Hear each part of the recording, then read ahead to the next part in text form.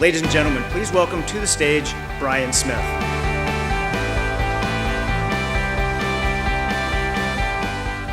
Congratulations for being in this room,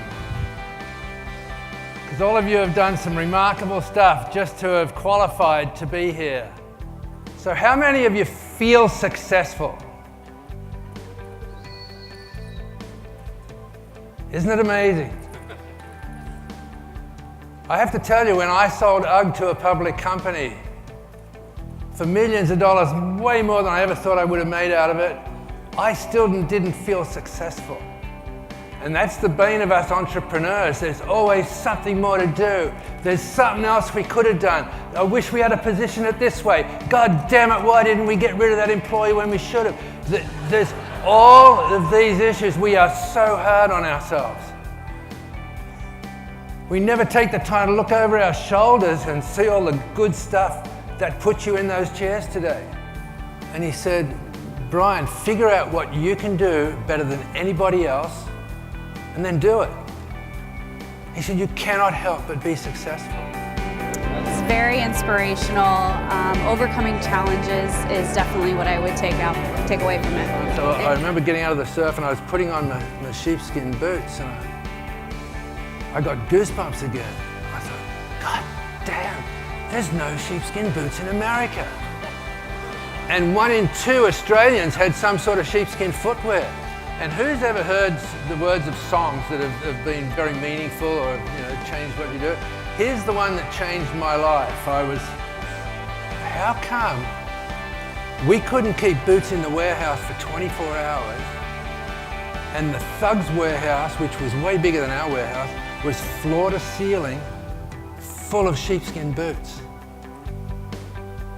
And that's when I realized the loyalty of my customers was so powerful, excuse me, that they wouldn't go around me. They knew what had happened, and they were willing to forgo nearly $2 million worth of sales at retail than join on the other guys. I think the most touching moment for me was when Brian talked about the fact that he realized his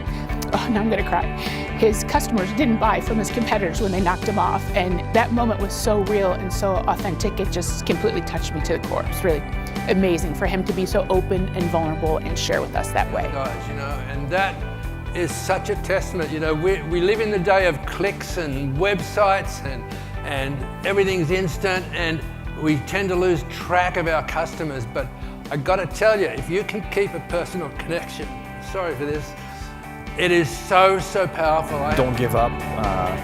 You will fail, and failure is part of it, but you haven't really officially failed until you've tried all the way. So, a really cool story of perseverance and grit. Enthuse over apparent defeat, because defeat is not a real thing until the second you give up. I've got so blasé about it over the years that something goes wrong, I go, damn, that's good. Okay, what's good about it? And you'll be staggered that within 24 hours or maybe 48 hours, you'll come up with a solution and think, God damn, if that hadn't happened, I wouldn't have found this new cool way of doing it. I was lying on my back on the floor in the living room, watching TV, my wife sitting up on the couch, and I can remember the show finished, I clicked it off, and I rolled over onto my stomach, and I got up on my hands and knees and started crawling to the bedroom. And my wife, Laura, who's a really quiet person, she just looked at me and says, you get up now and walk to bed like a man. And she scared the shit out of me. And I was like, I came up off the floor, it was like coming out of a fog. And I thought, oh my God, there's so much more to life than this crappy little sheepskin company. I got through that year because my 4 mantras, when you read them at first, they look sort of negative, uncertainty, disappointment, difficulties, but if you look at the first word, feast, fatten, invigorate, enthuse, these are the 4 most positive statements you'll ever see. And they don't just work in business, they work in your personal life as well. And I can remember thinking, how the hell did I get here? Right? And it came back to my buddy Rich's advice, is figure out what you can do better than anybody else and do it. And I had nailed my niche, right? I was nothing in the shoe, the width of the shoe industry, but in my little niche, I was the best at what I did, and that best became $1 billion business. And just ask yourself, what do I feel about my company and my success? Right? And if that comes out positive, which I'm pretty sure it will for every single person in the room, you'll have a great life. So.